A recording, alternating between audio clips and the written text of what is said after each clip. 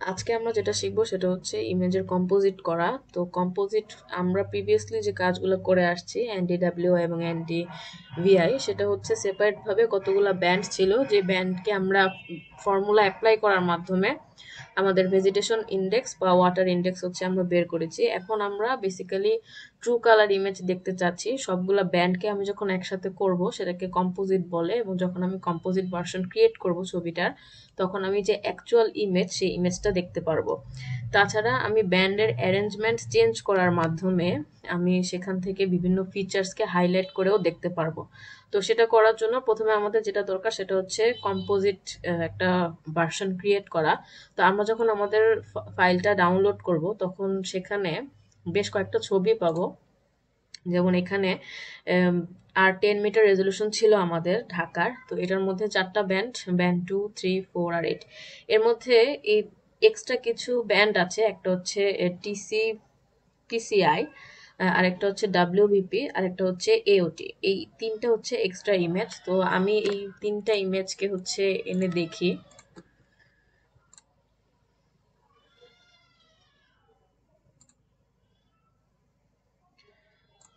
এনডিভিউ আর এনডিডাব্লিউ আমাদের দরকার নাই।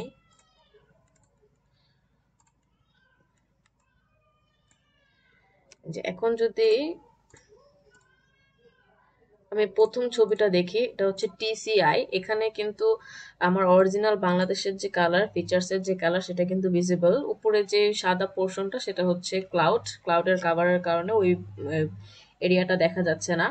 তো এটা টিসিআই মানে হচ্ছে ট্রু কালার ইমেজ, মানে এটা অলরেডি আমার যে ব্যান্ডগুলোর একটা কম্পোজিট ভার্সন ছিল এটা অলরেডি ক্রিয়েট করাই আছে। তো আমরা সেই জিনিসটা যখন ডাউনলোড করব তখনই পেয়ে যাব ছবিটা, বাট তবুও আমরা শিখবো কিভাবে ট্রু কালার ইমেজ বা কিভাবে কম্পোজিট ইমেজ তৈরি করা যায় বা কম্পোজিট কিভাবে করা যায়। তার সাথে আরো কিছু ছবি আছে বিভিন্ন ব্যান্ডের, বা সম্ভবত এটাও কোনো একটা ফর্মুলেশনের মাধ্যমে স্পেসিফিক কোনো ফিচারকে হাইলাইট করার ক্ষেত্রে, বা অ্যাটমসফিয়ারিক কারেকশনের ক্ষেত্রে বা জিওগ্রাফিক কারেকশনের ক্ষেত্রে হয়তো বা তারা এটা করে দিয়েছে। তো আমাদের এই দুটার দরকার নেই, এই জন্য আমরা এই দুটা রিমুভ করে দিচ্ছি। এটা আমাদের দেখার জন্য আমি এটা এনে রাখলাম। আমরা বেসিক্যালি এইটাই ক্রিয়েট করব। তো এটা ক্রিয়েট করার জন্য আমরা আমাদের যেটা লাগবে সেটা হচ্ছে সবগুলা ব্যান্ডের ছবি। তো আমরা 10 মিটার রেজলিউশনের সবগুলা ব্যান্ডকে কম্পোজিট করব। 10 মিটারে আছে হচ্ছে চারটা। তো কম্পোজিশন করার জন্য আমাদের হচ্ছে ব্যান্ড লাগবে এবং একটা ফর্মুলা লাগবে। তো আমি আগে আমার যে ছবিগুলা ছিল সেই ছবিগুলা নিয়ে আসি। এখানে 3, 4, 8 আছে, আমি 2 নিয়ে আসি।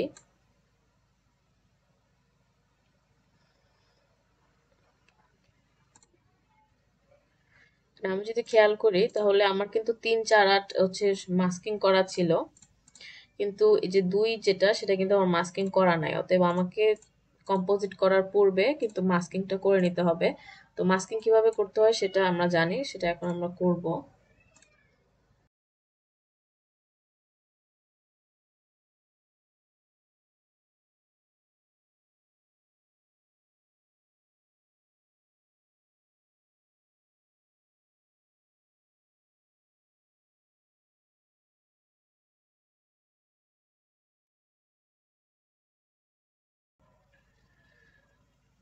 ব্যান্ড 2 হচ্ছে আমার মাস্কিং হয়ে গিয়েছে, আমি এটাকে রিমুভ করে দিচ্ছি।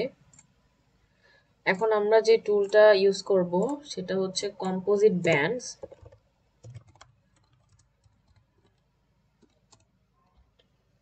ডাটা ম্যানেজমেন্ট টুল, এখানে রাইট মাউস ক্লিক করে যদি লোকেট ইন ক্যাটালগ দেই তাহলে এটা আমাদের আর্ট টুল বক্সের আসলে কোথায় আছে এটা শো করবে। তো এটা যদি আমি টুল বক্সে যাই, যাওয়ার পর সিস্টেমিক টুল বক্স, তারপর data management tool box open করতে হবে। তারপর যাব রাস্টার, রাস্টার থেকে রাস্টার প্রসেসিং, এবং পরবর্তীতে আমরা পেয়ে যাব কম্পোজিট ব্যান্ডস। তো আমরা এখানে ডাবল ক্লিক করব। তো কম্পোজিট ব্যান্ডে ক্লিক করার পরে আমাদের এরকম একটা বক্স আসবে, যে বক্সের উপরে হবে হচ্ছে ইনপুট রাস্টার এবং নিচে হবে আউটপুট রাস্টার। ইনপুট রাস্টার হচ্ছে আমি আমার যেসব ছবিগুলোর ব্যান্ডকে একসাথে করে কম্পোজিট করতে চাচ্ছি সেগুলো আমি এখানে ইনপুট দেব। আর মাঝে যে ছকটা আছে সেখানে হচ্ছে আমার সবগুলা ব্যান্ডের নামগুলো শো করবে, ছবির নামগুলো। আর আউটপুট হচ্ছে আমরা জানি যেখানে আমরা আলটিমেটলি আমাদের ছবিটা সেভ করব। তো ইনপুট রাস্টারের ক্ষেত্রে আমরা সিলেকশনটা কিভাবে করব, আমাদের যেই সেম রেজলিউশনের ব্যান্ডগুলো আছে আছে সেগুলোকে আমরা একত্রিত করে ছোট থেকে বড়ভাবে সাজিয়ে হচ্ছে আমরা কম্পোজিট করব। কম্পোজিশনের ক্ষেত্রে সাধারণত সেম স্পাশাল রেজুলেশনকে প্রায়োরিটি দেওয়া হয়। আমরা পরবর্তীতে কম্পোজিশনের ক্ষেত্রে হচ্ছে এলওএলসি করব। তো যখন এলওএলসি করব তখন দেখবো যে আমরা ল্যান্ডসেটের ইমেজ নিয়েও করছি।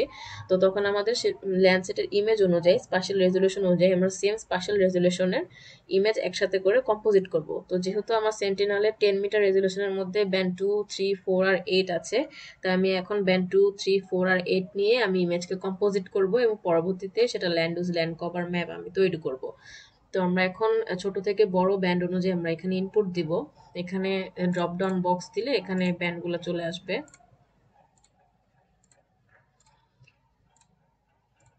তো আমি যদি ভুলবশত কোনো ব্যান্ড দিয়ে থাকি, যেমন আমি যদি এখানে এনডিবিআই দিয়ে দেখি, তো এনডিবিআই তো আমার দরকার নেই, আমার ভুলে সিলেক্ট হয়ে গেছে, সেক্ষেত্রে আমি এটাকে ক্লিক করে এখানে ক্রস দিয়ে দিব।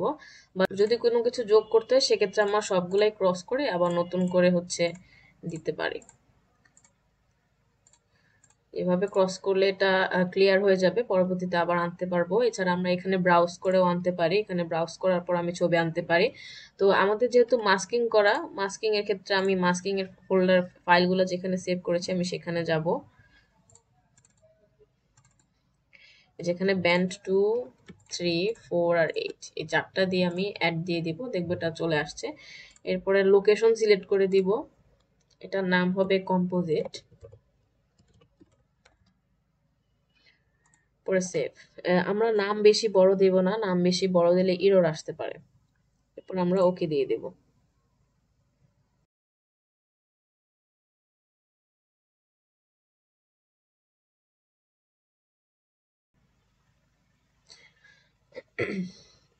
এখন যদি আমি দেখি তাহলে আমার এরিয়া অনুযায়ী কিন্তু ব্যান্ডগুলো একসাথে হয়ে কম্পোজিট একটা ভার্সন চলে আসছে ছবির। আমি চাইলে এটার সাথে আমি আমার ট্রু কালার ইমেজকে কিন্তু ম্যাচ ম্যাচ করে দেখতে পারি।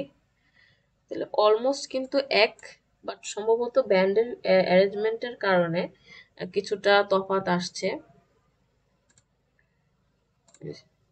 এটা কালারটা আমাদের কম্পোজিট করা কালারটা কিছুটা স্যাচুরেটেড বা ভিভিড বলে যেটাকে, আর যেটা ওরা দিয়েছে ট্রু কালার ইমেজ সেটা কিছুটা ডিস্যাচুরেটেড। এখন আমাদের যেটা জানা জরুরি সেটা হচ্ছে ব্যান্ড অ্যারেঞ্জমেন্ট, মানে সেন্টিনেলের 2 এর কোন ব্যান্ড কম্বিনেশনে বা ব্যান্ডকে কিভাবে অ্যারেঞ্জ করলে কোন ফিচারটা শো হবে। তো এটার জন্য আমরা গুগলে সার্চ দিতে পারি।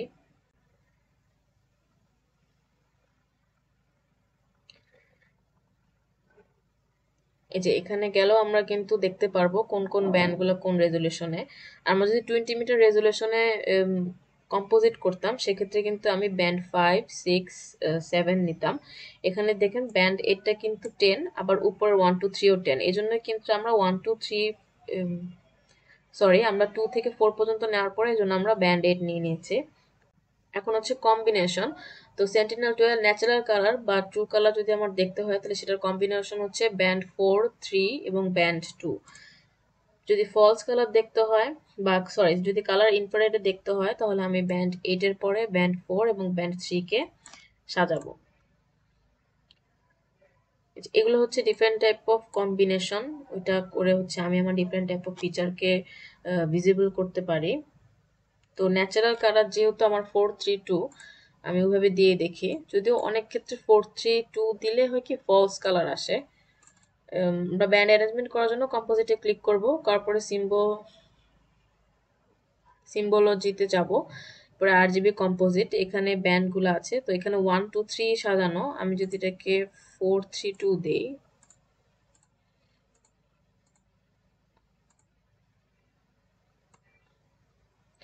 এই যে এটা কিন্তু ফলস কালার রিপ্রেজেন্ট করছে। এখানে ভেজিটেশনটা সম্ভবত রেডে এবং বাকি ফিচারগুলো অন্য কালারে এবং ওয়াটারটা হচ্ছে ব্লু কালারে রিপ্রেজেন্ট করছে। একটু আগে যখন আমার 1, 2 ছিল সেটা কিন্তু ট্রু কালার দিচ্ছিল। তো এটা কেন এমন হচ্ছে আমি জানি না। আমরা এভাবে বিভিন্ন অ্যারেঞ্জমেন্টটা চেঞ্জ করে আমরা কালারটা দেখতে পারি, ট্রু কালারটা বা ফলস কালারটা, বা এক এক অ্যারেঞ্জমেন্টে দিয়ে আমি এক এক ফিচারকে ভিজিবল বা ক্লিয়ার করে দেখতে পারি আইডেন্টিফাই করার ক্ষেত্রে, যেটা আমাদের এলওএলসি এর ক্ষেত্রে কাজে দিবে। তো এটা ছিল হচ্ছে আমাদের কম্পোজিশন বা কম্পোজিট করা। যে কোনো স্যাটেলাইটের ইমেজে আমরা সেম টুলসই ইউজ করব, যে কম্পোজিট ব্যান্ডস। এইটাতে দিয়ে আমরা সেম স্পাশাল রেজুলেশনকে রেখে প্রত্যেকটা ব্যান্ডকে কম্পোজিট করে দেব। এটা ছিল সেন্টিনেল কম্পোজিশন। এখন যদি আমরা এই কম্পোজিট ইমেজটাকে শুধু পার্টিকুলারলি করতে চাই, এক্সপোর্ট করতে চাই, তাহলে আমি ম্যাপ লেআউটে যাব, যাওয়ার পর এটা শো করছে না।